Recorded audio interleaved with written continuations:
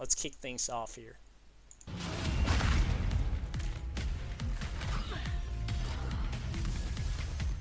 The original Lords of the Fallen holds the distinction as being one of the first non-From Software developed Soulslikes to put its own unique stamp on the genre. It's a stamp that, nearly 10 years later, is very faint and hard to make out, and also has itself been stamped over many times.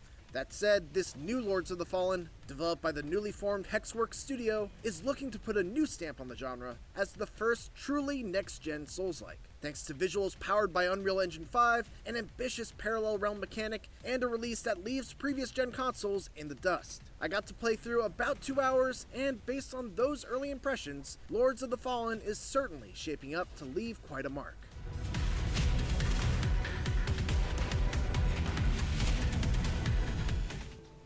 Alright, well, I mean, like, beginning-wise, they had 2 hours, you know, to kick off the demo or the playthrough that they have, and as he was saying, you know, it's been almost 10 years since the first game, so, you know, I think we all can say we're expecting a lot of big changes here. You know, it wasn't obviously the best well-received games, a lot of errors that happened in that game. I actually haven't played the first one, so I'm not gonna sit here and say, you know, whether it was good or bad, but that's kind of like been like, you know, the overall consensus. Nonetheless, you know, Lords of the Fallen 2, or whatever we're gonna call it, the Lords of the Fallen, has been looking extremely well, and, you know, utilizing Unreal Engine 5, you know, it has a lot of potential. So yeah, let's see what they're able to play here on the preview. My memories of the original Lords of the Fallen have largely faded away, with the exception of one sticking point. I remember that the movement and combat felt very slow and lumbering, even when using a class that's supposed to be the quick one among the 3 starting choices. This new Lords of the Fallen corrects that right out of the gate. I started with the Exiled Stalker, an agility-focused class who fights with twin daggers and employs a style of very fast and rapid strikes, and I found him to be just as quick and responsive as I would have hoped. There's a great fluidity to Lords of the Fallen's combat too. It's pretty good. You can seamlessly flow from light attacks to heavy attacks, and you can even change weapon stance in the middle of a combo as well. I could start with 2 light attacks, press the stance switch button, and do another light attack, and I'd get a unique strike in which my character seamlessly goes from a dual-wielded slash to a 2-handed thrust. This is even better when you add magic to the equation, as you're able to easily swap between melee and magic attacks, even mid-combo. It opens the door for a lot of freedom of expression through combat, which is something that you don't see all that often in the Souls-like genre. I did have some issues with the camera making sudden, jerky movements when I was locked onto an enemy, which threw me off occasionally, and the sound effects felt a little off, but outside of those minor nags, I had a great time with Lords of the Fallen. I mean, like, that's pretty interesting. First and foremost, that fits really well to the character or the class that I'm very excited about, not gonna lie. You know, it's a character, you know, being able to use magic and long range and close range, you know, at the same time. I think it's going to be, you know, a really cool and exciting trait. I touched a little bit upon that on my video on class selections. But another thing that I'm mentioning here, a little bit about the issues that he did found, is, you know, the sound effects, and a little bit on the you know, camera rotation in fights, and this is, you know, for a Souls-like game, this is probably one of the most important factors. Responsiveness, and, you know, not making kind of like your dashes, your jumps, your rolls, you know, how is this impacting the overall fight. So it's very important they're able to fine-tune this in the last couple months before they release it.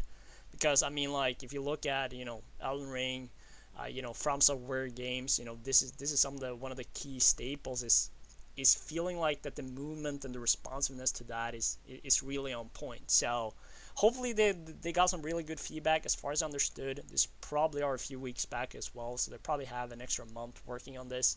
But yeah, let's overall, you know, looks great. Let's see what else they have to say. Fallen's combat. It is a bit more forgiving than most other Souls-likes I've played, with very generous parry windows, lots of invulnerability frames on your dodge roll, and enemy attacks that feel very deliberately timed to allow you to get just out of the way if you dodge right after you attack. But that said, there's still a lot of challenge that comes from the level design and the situations you're put in.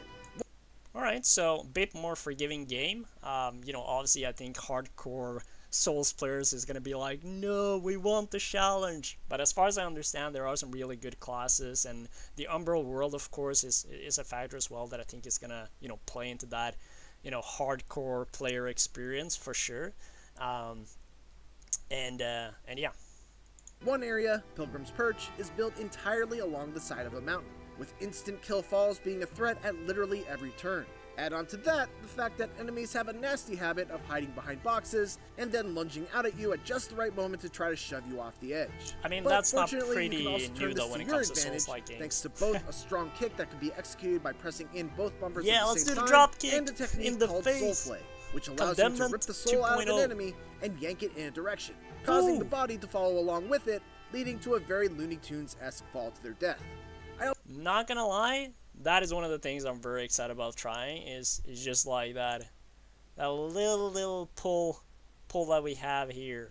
It's gonna be a lot of fun. I'm gonna Out of an enemy laugh a and lot yank from it this, in a direction, for sure. causing the body to follow along with it, leading to a very Looney Tunes-esque fall to their death. It's gonna be I a also lot of got fun. to try a handful of boss fights that range from the imposing Holy Knight Pieta to the absolutely disgusting beast known as the Bog Lord. Every boss I encountered was a multi-phase battle, with the boss becoming substantially tougher as the fight progressed. After taking enough damage, Pieta, for example, would suddenly sprout wings, giving her access to a devastating dashing attack That looks left cool. a downpour of Seen heavenly that swords in in the her first wake. trailer as It was a well. fun fight. It struck a great balance between being tough, but also having very clear tells and easily discernible attacks with intuitive ways to avoid taking damage. The Boglord fight I was much less of a fan of, though I only reached him at the end of my demo and only got a couple of attempts in before I had to put down the controller. When things moved to the corners of the arena, the camera felt like it was actively working against me, and I had a hard time telling what attack was coming my way. That was the most underwhelming part of the demo, but by far the most exciting and unique element in Lords of the Fallen is the relationship between the two parallel realms, Axiom and Umbral. This part Axiom excites me is the so world much. of the living, Not gonna lie. and bathed in a warm, comforting glow, while Umbral is oppressively dark and depraved. There are gross, flesh-like tendrils that spread all over the place, eyeballs that constantly watch you, bodies all plastered against the wall. It's very unsettling stuff.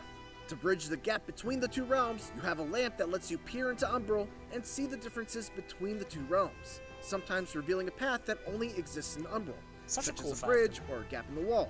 Sometimes, though, you'll need more than just the lantern.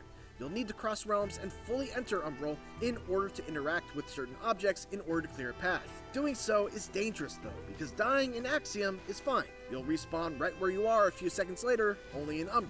If you die while in Umbral though, it's back to the last checkpoint for you as you do the usual Souls-like song and dance of having to fight your way back to the spot you died in order to reclaim your lost currency.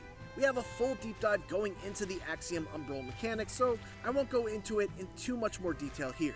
But what's I wonder if it would be possible to do like Umbral run, only Umbral run. So you're just like only just playing in that kind of world, because it would be like extremely challenging. And they did mention in some news that I said too that they kind of the longer you stay there, the more the more enemies are spawning, the harder they are gonna become. Like they're literally gonna be like an apex predator of the Umbral world. So whoever finds that the first is gonna be really interesting. And if they actually made that part of the world possible to actually kind of almost do it its own, because I think that would be such a good like hardcore challenge and something that a lot of people are gonna like.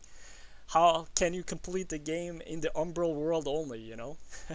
Would be some cool runs for sure. stood out to me was that even though the idea of having two parallel but thematically different realms is not a new idea in games, here in Lords of the Fallen, it never feels like a gimmick. Instead, just about every element of the game is enhanced by it. Exploration is more exciting when you have to make that call of whether or not you should make the jump into the Umbral realm. Combat is much trickier when you must also consider having to use your lamp in Axiom to try to burn away hidden Umbral parasites that make enemies stronger.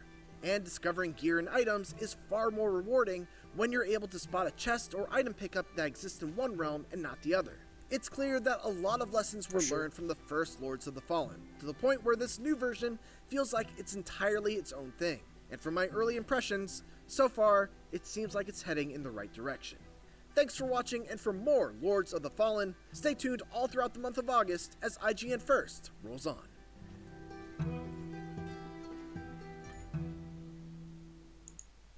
All right. I mean, overall, first impression, I think it's good to see some hands-on preview on it, and not just kind of like the extended gameplay trailer, like the more like teaser trailer, like the promotional stuff, like actual gameplay.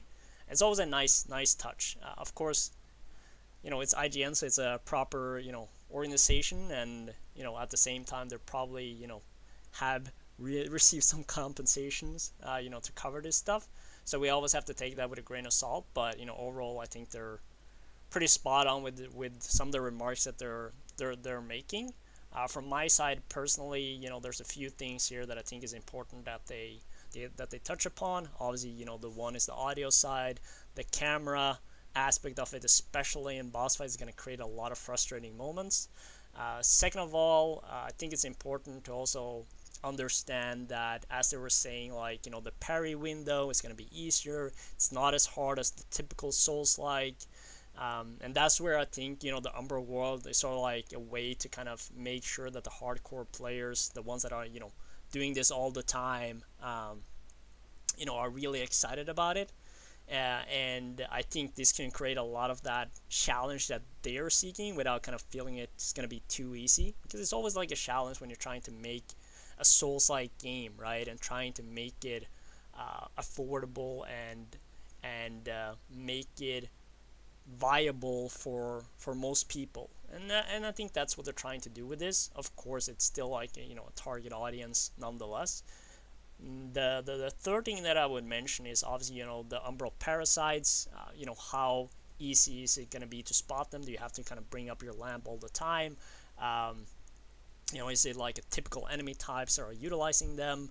If so, like kind of just utilizing it, right? So I think it would be interesting to see once we get a little bit more deep dive into the different mechanics.